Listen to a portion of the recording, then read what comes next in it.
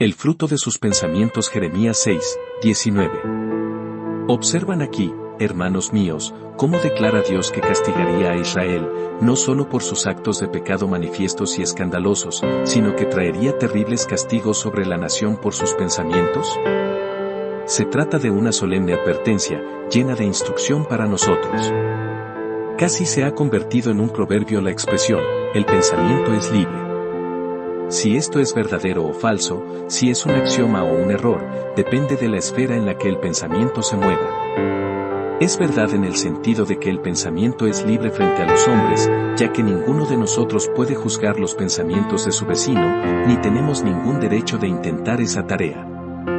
El pensamiento debe ser libre, y debe ser reconocido, con la ayuda de Dios, como perfectamente libre entre hombre y hombre. Sin importar lo que los tiranos puedan decretar, nunca han sido capaces de detener el progreso de la opinión. Cuando han usado todas sus prisiones y potros de tormento, sus calabozos y hogueras, no han sido capaces de apartar a un hombre convencido de la verdad que ha abrazado, y, podría añadir que han sido incapaces de confirmar a un hombre irresoluto en la falsedad que han tratado de imponerle. El pensamiento, en ese sentido, es libre por derecho natural. Empero, hay otro aspecto involucrado en esta misma cuestión, en razón del cual estamos obligados a hacer esta solemne protesta: el pensamiento no es libre delante de Dios. No tengo más autoridad para pensar en Dios como me plazca de la que tengo para actuar delante de Él como me plazca. En ambos casos, la acusación de libertinaje sería presentada contra mí, pues el Dios que es supremo sobre las acciones externas de mi cuerpo, es asimismo el único Señor y gobernador de los movimientos internos de mi espíritu. Todas las provincias de la pequeña isla del alma del hombre pertenecen a Dios, el grandioso gobernador. Él es legislador y Señor sobre el cuerpo, el alma y el espíritu. Puede demostrarse muy claramente que el pensamiento no es libre en este sentido, pues algunos de los mandamientos de Dios, contenidos en el Decálogo, se relacionan particularmente con el pensamiento, especialmente mandamientos tales como, por ejemplo, no codiciarás la casa de tu prójimo, no codiciarás la mujer de tu prójimo, etc. Ese mandamiento está clara, particular y peculiarmente relacionado con el pensamiento. La ley de Dios tiene competencia en el pensamiento. Además, de acuerdo a lo que leemos en el Salmo 139, sabemos que Dios nos ha dicho que Él vigila constantemente nuestros pensamientos. Él los conoce antes de que sean conocidos por nosotros. Has entendido desde lejos mis pensamientos.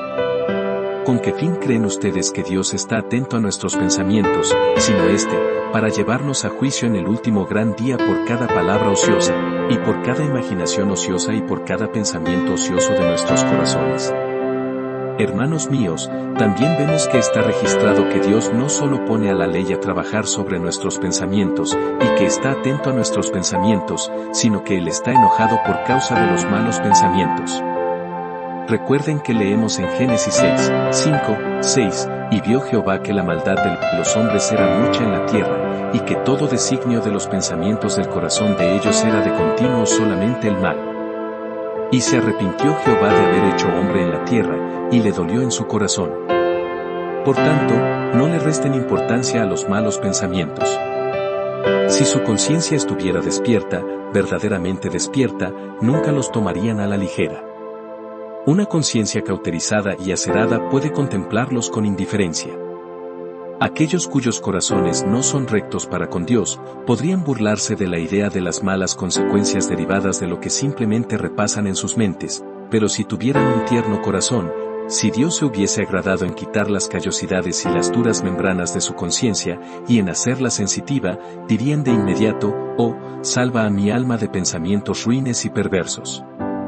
Que los pensamientos son de suma importancia puede inferirse, de igual manera, del hecho de que Dios los hace aquí la base para castigar a su pueblo. Él habla del fruto de sus pensamientos. El pensamiento, en sí mismo, tal vez no sea algo muy grande, pero, ¿en qué parará ese pensamiento? Podría ser incluso algo muy pequeño, pero, ¿cuál será su fin? Los pensamientos del mal son, en sí mismos, malos pensamientos. Es cuestionable que podamos leer incluso el reporte del pecado de nuestro vecino, sin que produzca en nosotros algunos pensamientos pecaminosos. Es debatible que una persona tenga mucho interés en hablar o oír acerca de las ofensas de otros sin que se ensucie en algún grado a sí misma, pues así como las varas embadurnadas de brea, y el hollín y las cosas negras y sucias lo manchan a uno con el más leve contacto, lo mismo hace el pecado de cualquier tipo que atraviese la mente. Tocado por la mano, escasamente podría dejar tras sí alguna marca discernible, pero queda una clara impresión en la mente, de tal forma que cualquier cuadro del mal que pase a través del alma, permanece allí para lesionar al alma. El pensamiento del mal es en sí mismo un pecado.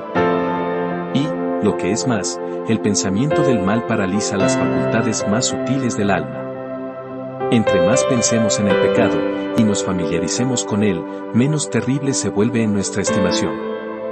Estoy seguro de que este es el resultado si los hombres habitúan sus fantasías a cualquier forma de mal. Si pudiesen ser analizadas las mentes de los hombres que se han convertido en asesinos, no dudo de que se descubriera que habían estado largo tiempo entrenándose para la comisión del horrible crimen. Han reflexionado sobre él, han meditado y deliberado sobre él, hasta que al fin les ha llegado a parecer solo una nimiedad, y luego han seguido adelante para cometerlo sin recelo. Yo no creo que un hombre se convierta en un villano súbitamente. Él inscribe su alma en la escuela, y los pensamientos son sus maestros, o, más bien, los pensamientos son los libros de texto en los que su alma lee, y al fin se vuelve capaz de llevar a cabo los actos de un canalla. Si piensan largamente en el pecado, la probabilidad es que, tan pronto como llegue la tentación para cometer ese pecado, lo cometerán. He conocido a personas que han producido una monomanía por un rumiar constante. Conocí una vez a un hombre que tenía la continua aprensión de que estaba siendo envenenado por la gente, y yo siempre experimenté un temor de que él mismo se envenenara.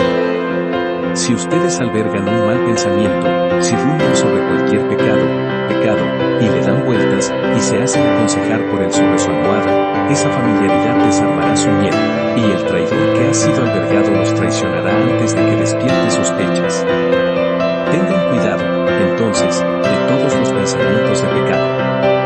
Si muestran a un ladrón todas las cerraduras, y los pasadores, y las barras de su casa, y le dicen cómo se puede abrir la ventana de la bodega, o cómo se puede romper la cerradura de la puerta trasera, no se sorprendan si, una de estas noches, descubren que todos sus bienes han sido robados. Si quieren hacer esto, e introducen todas estas cosas malas en su habitación, no deberían sorprenderse de las consecuencias, sin importar cuán alarmados se queden sus amigos al detectarlo. Es un hecho que los pensamientos son los huevos del pecado. Son el embrión del que brota el pecado, son el fermento del que procede toda forma de iniquidad. Oímos algunas veces acerca de guaridas de fiebres y cuevas de pestilencia. Los malos pensamientos son semejantes a estas cosas. Son las selvas en las que los monstruos del pecado crecen y engordan. Los pensamientos de pecado son los oscuros bosques que albergan todo tipo de males, son los malignos pájaros de presa que destruyen todo tipo de bien. Por tanto, como Dios está atento a nuestros pensamientos, debemos tener memoria de la responsabilidad que implican en nosotros. No debemos despreciarlos más, sino que hemos de vigilar la sala de maternidad en los que son criados, y comenzar a escudriñar nuestros corazones, y juzgarnos como a la vista de aquel que escudriña todos los corazones. Y, los malos pensamientos y su fruto exhiben una muy amplia variedad. Sin embargo, únicamente voy a referirme al capítulo 20 del libro de Éxodo, donde los 10 mandamientos nos proporcionarán una lista de pensamientos, todos los cuales son horriblemente perversos. El primer mandamiento que Dios nos da es, no tendrás dioses ajenos delante de mí. Eso significa, de hecho, no tendrás ningún otro Dios sino yo, puesto que Dios está en todas partes. Este precepto es fácilmente quebrantado en nuestros pensamientos. Si yo me dijera, esta es la ley de Dios, pero la acción contraria redundará en mi mayor beneficio, entonces yo me constituyo a mi dinero, en mi Dios. Si en cualquier ocasión yo me dijera, claramente percibo que no he de entregarme a ese pecado, mas, sin embargo, me proporcionará un gran placer, y me entregara a él, entonces haría de mi placer, es decir, de mí mismo, mi Dios, y me estaría adorando a mí en vez de adorar a Dios. Este es un pecado cuya esencia radica en los pensamientos, en el juicio, en los afectos. No necesitan hacer una imagen de oro o de madera, e inclinar postrarse ante ella, pueden volverse idólatras consumados en el templo de su corazón, al rendir homenaje a su propia obstinación. El segundo mandamiento contiene una prohibición adicional: no te harás imagen, etc. Esto es, no adorarás a Dios bajo ningún símbolo, no adorarás a Dios por medio de ningún símbolo, o, en su espíritu, no adorarás a Dios de ninguna manera que Dios no te hubiere mandado. No te inventarás métodos ni modos de adoración, sino que harás como Dios te manda. Ahora, muy fácilmente podemos fabricar una imagen en nuestros pensamientos. Esto es lo que hace la mayoría de nosotros. Decimos y pensamos que Dios es alguien completamente como nosotros, y, habiéndonos formado una idea de Dios, nos inclinamos ante ella, y decimos: Israel, estos son tus dioses. Hermanos, ustedes pueden ser tan idólatras al adorar a un Dios fabricado por su imaginación, como si adoraran a un bloque de piedra. Ese ser incomprensible, que se ha proclamado en la Escritura de acuerdo a los misteriosos atributos de su ser, y que se ha revelado adicionalmente tan dulce y gloriosamente en la persona del Señor Jesús, ese es el Dios que debemos adorar. No debemos hacernos un Dios, sino tomar al Dios revelado por la Escritura. No hemos de moldear en nuestros pensamientos un Dios tal como quisiéramos que fuese, un Dios que es pura benevolencia, pero que no tiene justicia, sino que hemos de tomar al Dios de la Escritura, grandiosamente severo, severamente terrible en su ira, a la par que ilimitado en su compasión, y siempre clemente y lleno de misericordia. Hemos de reconocer al Dios de la Biblia y no hacernos una deidad para nosotros, pues de lo contrario quebrantaríamos la ley divina en nuestros pensamientos, y el fruto de ese pensamiento será que seremos idólatras, y el pecado estará a nuestra puerta. El tercer mandamiento, como percibirán claramente, puede ser quebrantado sin decir una palabra: no tomarás el nombre de Jehová tu Dios en vano. Vanos pensamientos acerca de Dios, la irreverencia del alma hacia Él, todo esto constituye una violación de este solemne interdicto. 2. Solo basta que consideres con liviandad su nombre, y lo habrías blasfemado. Antes de que tu boca se hubiese abierto para pronunciar la irreflexiva expresión, el pensamiento rebelde ya es una profanación del Altísimo. En cuanto a la ley del día de reposo en el cuarto mandamiento, que obliga a nuestra raza, es violada con suma facilidad por todos nosotros. No supongan que guardan el día domingo porque no trabajen con sus manos, serían tan culpables si trabajaran con su cerebro. Han de descansar en ese día de todas sus propias obras. Hagan todo lo que quieran por Dios en ese día, pero su mente debe hacer a un lado sus cuidados. No deben traer su taller a este lugar. Harían mejor en quedarse en casa y continuar haciendo su negocio. No deben traer sus preocupaciones a este lugar. No, hermanos míos, déjenlos en la puerta, y pidan la gracia de Dios para que se eleven en este día sobre todas esas cosas, y entreguen su corazón y su mente enteramente a la adoración de aquel que ha santificado para sí ese día. Vean, entonces, que este mandamiento puede ser fácilmente quebrantado sin necesidad de ningún acto manifiesto, y su contravención destruye la validez del día domingo para ustedes. Mientras su mente esté trabajando arduamente, y luchando y esforzándose acerca de miles de problemas y dificultades, no les producirá un confortable descanso, pero si guardaran el mandamiento en su espíritu, sería un dulce y bendito descanso para ustedes. Vamos ahora a la segunda tabla, a los mandamientos que se relacionan con los hombres. Honra a tu padre y a tu madre. Cuando éramos niños, y desde entonces, pensamientos adustos y malvados en relación a nuestros padres han bastado para declararnos culpables de ofensas contra esta ley. Sin una acción desobediente, sin una palabra de rebelión, el hijo puede ser un rebelde contra sus padres en el pensamiento. No matarás, pero Cristo nos dice que cualquiera que se enoje contra su hermano sin causa, es virtualmente un asesino, de tal forma que el pensamiento puede asesinar y matar, y, en verdad, es el pensamiento airado el que pone el cimiento del golpe mortal. No habría asesinatos ni crímenes si no hubiera enemistad. Con toda seguridad, los hombres no procederían a matarse entre sí, o a poner celadas a sus desventuradas víctimas, o a realizar desesperados actos de violencia, a menos que, antes que nada, sus almas estuvieran ardiendo con el fuego del infierno. No cometerás adulterio. Diré poco en relación a este mandamiento, pero aquí está la propia exposición de nuestro Señor al respecto, pero yo os digo que cualquiera que mira a una mujer para codiciarla, ya adulteró con ella en su corazón. Así, la fornicación pudiera abundar en nosotros para nuestra contaminación y la ruina de nuestra alma, aun cuando tal vez pudiéramos reservarnos de la comisión del acto impío por miedo. Entonces, tengan cuidado, ustedes, que pueden deleitarse en el mal, ustedes, que pueden sorber el fruto prohibido tras la puerta, ustedes, que pueden saborear el suculento bocado bajo su lengua, tengan cuidado para que no vayan a tener su porción con aquellos que caen en el pecado. Yo no digo que el pensamiento del pecado sea tan malo como el pecado mismo, no puede ser así, ciertamente, en su resultado para con otros, pero, aún así, es un pecado, y un pecado por el que habrá que responder en aquel tremendo día, cuando el juez de toda la tierra distribuya sus porciones a los hombres. No hurtarás. Cada pensamiento de envidia de otro hombre, cada deseo de apoderarme de lo que no es mío, toda cosa de este tipo, en la que quiera tomar lo que no me pertenece, es un robo tácito.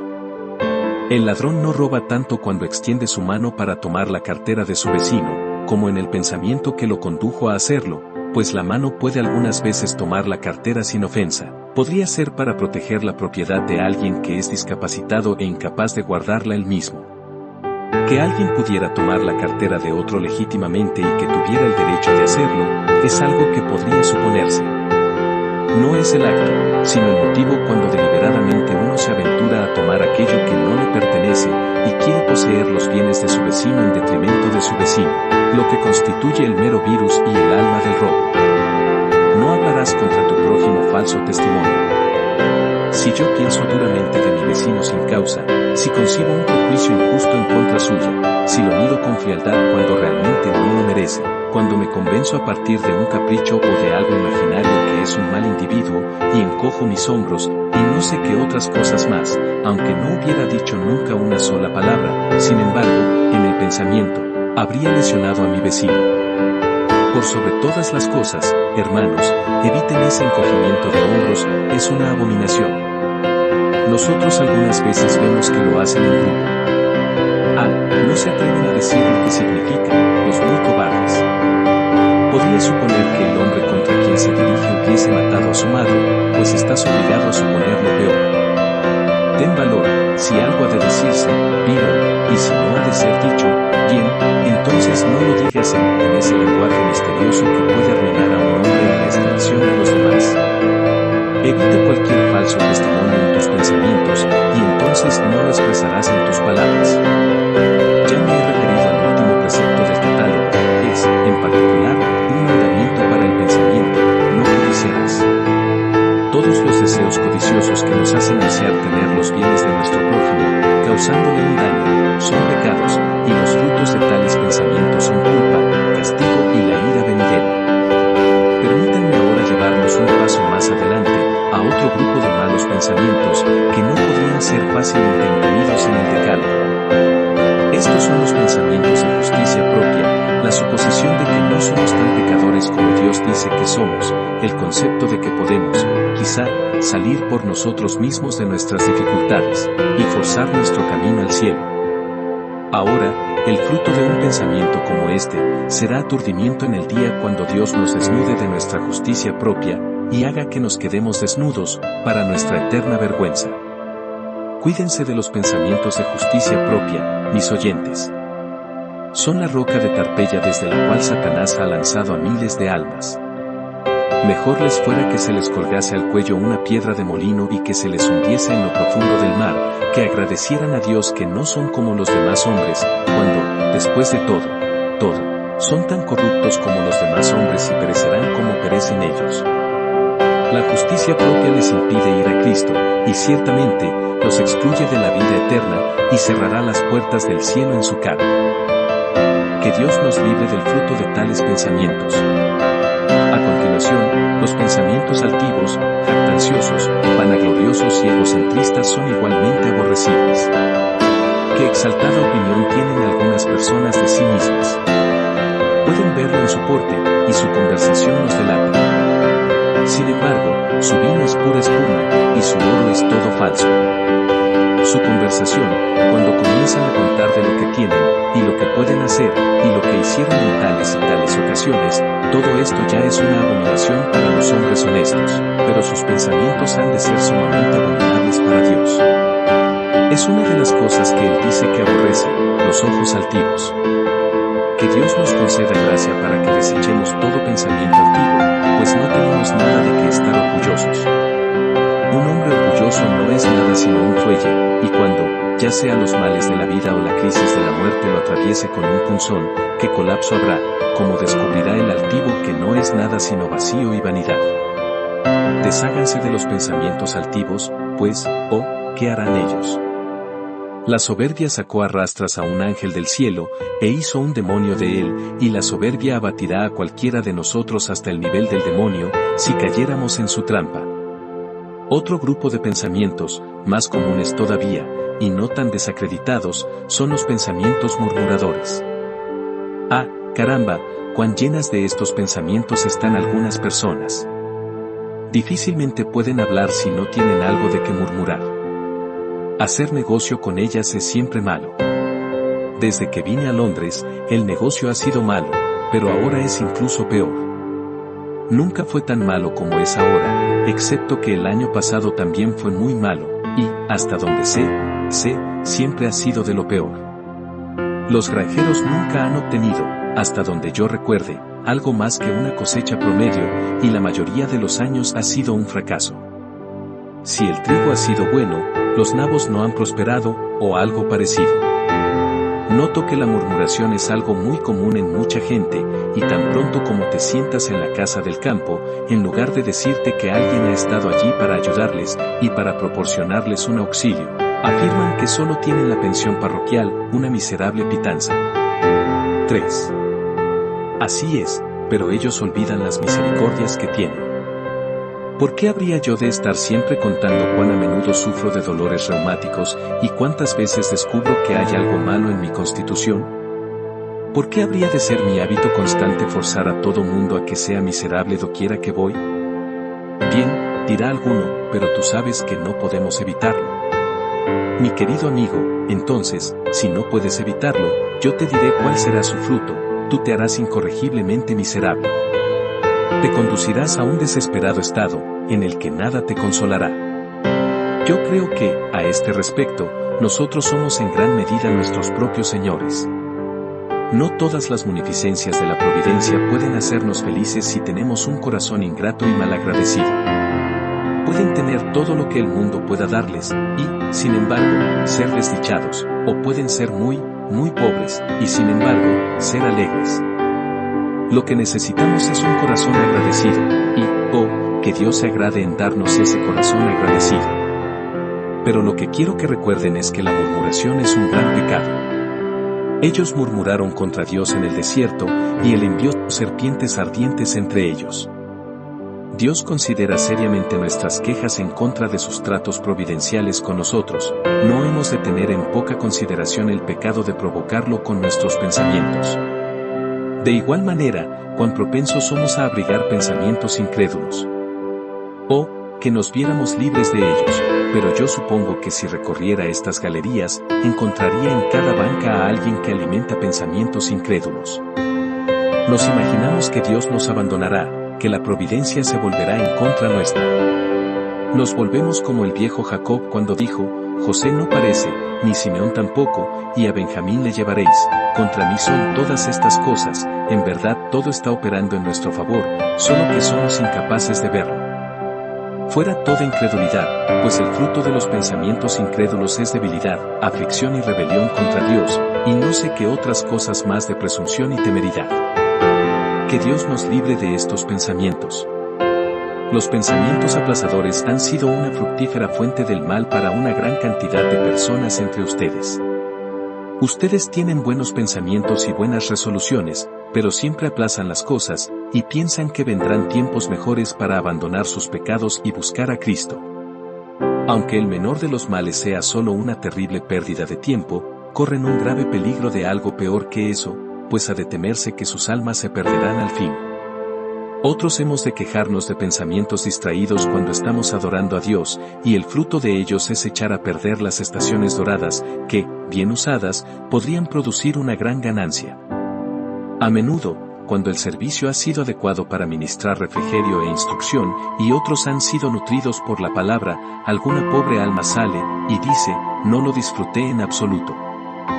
Vamos, por supuesto que no, pues tus pensamientos estaban en otra parte. Estas son las aves de rapiña que descienden sobre el sacrificio. Si, como Abraham, las ahuyentamos, seremos capaces de adorar en paz, pero si no, el fruto de los pensamientos distraídos en la casa de Dios es que el servicio es estropeado. Igual nos ocurre en el aposento, ya sea que estemos ostensiblemente involucrados en la devoción privada o en la lectura de las Escrituras, a menos que los pensamientos estén centrados en el tema que tenemos entre manos. No puede haber ganancia espiritual en acercarse a Dios. 2. Ahora, durante unos cuantos minutos, pensemos en cosas más brillantes, mientras menciono unos cuantos pensamientos y sus frutos. De las cuales cosas, dice el apóstol, no se puede ahora hablar en detalle, cuando tenía ante sí una larga lista y un corto espacio, yo debo decir lo mismo ahora. Si quieren tener buen fruto en su alma, cultiven pensamientos humildes. Nadie fue dañado jamás por tener un humilde concepto de sí. La mejor definición de humildad que escuché jamás, fue esta, no darnos indebida importancia. Considerarnos por debajo del estándar es bajeza. Considerarnos por encima del estándar es orgullo, pero formarnos una correcta estimación de nosotros es la verdadera humildad. Eviten la falsificación que hay en el mundo, esa es una humildad fingida. Sean verdaderamente humildes. Alberguen pensamientos humildes acerca de ustedes mismos, especialmente delante de Dios. Son indispensables los pensamientos penitentes del pecado, las humildes consideraciones relacionadas con la gracia divina, y una estrecha rendición de cuentas por la propia responsabilidad. Así descubrirán que la humildad barrerá el aposento de su alma, y la preparará para la entrada del grandioso príncipe. Cultiven muchos pensamientos perdonadores hacia sus semejantes. Nunca sean tardos para ser persuadidos de perdonar una ofensa. El que agarra a su hermano por el cuello puede estar seguro de que será agarrado también por el cuello. Mal por mal, se dice, es algo a semejanza de las bestias, bien por bien, es algo a semejanza del hombre, mal por bien, es demoníaco, pero, bien por mal, es a semejanza de Dios. Procuren hacerlo, y si algo puede hacer que tañen las campanas en su corazón, es perdonar a alguien que los ha injuriado grande y protervamente. Entre peor sea la ofensa, si pueden pasarla por alto, mayor será su gozo, y tendrán una mejor prueba de que son hijos de Dios. Vayan a la cama cada noche, y despierten por la mañana, con pensamientos de admiración hacia la bondad de Dios, y con pensamientos de adoración hacia la grandeza de Dios. Encontrarán que estos pensamientos son como las abejas, pues vendrán a ustedes cargados de miel. Permiten que su alma sea como una colmena para ellos. Adoren al Señor. Piensen mucho en Él. Que cada bendición que reciban los conduzca a pensar en Él. No se sienten a la mesa y ofrezcan lo que llamamos gracia, dar gracias, solo porque sea la costumbre de hacerlo, pero su alma ha de ver realmente la mano de Dios en el don de todo lo que se encuentra sobre la mesa. No hemos de tener los pensamientos mundanos si santificamos esos pensamientos mundanos. Alguien dijo, el camino que recorro me hace pensar en Cristo como el camino. La puerta por la que paso me hace pensar en Cristo como la puerta. No puedo manejar dinero sin pensar que no me pertenezco, sino que he sido comprado con precio. No recibo una factura sin recordar que Él ha borrado la escritura de las ordenanzas escritas contra mí. No puedo hablar con mi semejante y recibir su respuesta sin pensar cómo hablo con Dios y cómo me responde. De esta manera, con muchos pensamientos de Dios, descubrirán el fruto de la concentración en las cosas celestiales en su espíritu. Los ángeles irán y vendrán entre ustedes y los atrios del Altísimo, si poseen muchos de estos pensamientos de admiración y de adoración para con Dios. Pensamientos agradecidos son grandes merecedores de ser alentados por ustedes. Consigan una jaula llena de estos pájaros del paraíso, y permitan que revoloteen en los bosques de su alma, y canten allí en todo momento. Oh, no hay mejor compañero que la jubilosa gratitud. Si un hombre pudiera ver la misericordia de Dios en todo, en vez de mirar siempre al lado negro del cuadro, sería en verdad feliz. El fruto de pensamientos agradecidos será un verano en su alma, aunque cuando sea lo profundo del invierno en el exterior. Cultiven pensamientos agradecidos como cultivan hermosas flores en su jardín. Además, queridos amigos, procuren muchos y abundantes pensamientos creyentes. Cuando no puedas ver tu camino, aún así confía en tu Señor. Cree en Él. Aunque todo diga que la promesa es una mentira, aún así has de creer que la promesa es verdadera. Abunden mucho en pensamientos de sumisión a Dios. Cada mañana ejerciten tales pensamientos. Pongan su alma en las manos de Dios para que trate con ustedes de acuerdo a su voluntad durante todo el día, y cada noche, cuando repasen el día, den gracias a Dios por todo, cualquier cosa que haya sido, sabiendo que debe ser buena, es más, sabiendo que es lo mejor si Dios lo ha ordenado. Finalmente diré esto: busquen, creyentes, tener muchos pensamientos que anhelen a Cristo. Tengan pensamientos de anhelo de estar con Él donde Él está. Cristo ha de tener nuestros mejores pensamientos, la crema de ellos. Él ha de tener el primer producto de su espíritu. Estén con Él al despertar. Díganle en la noche: quédate con nosotros, porque el día ya ha declinado. Y si están despiertos en la noche, busquen todavía tener algunos preciosos pensamientos acerca de Cristo, como hojuelas con miel, para colocarlos bajo su lengua. O, podemos bajar el cielo a la tierra si podemos elevar nuestros pensamientos al cielo. Si los pensamientos son las alas, y el espíritu es el viento, volaremos lejos, al paraíso celestial. Abunden, entonces, en tales pensamientos como estos, y que el fruto de sus pensamientos sea de tal manera que Dios mismo se agrade de ellos, para alabanza de Cristo. Amén.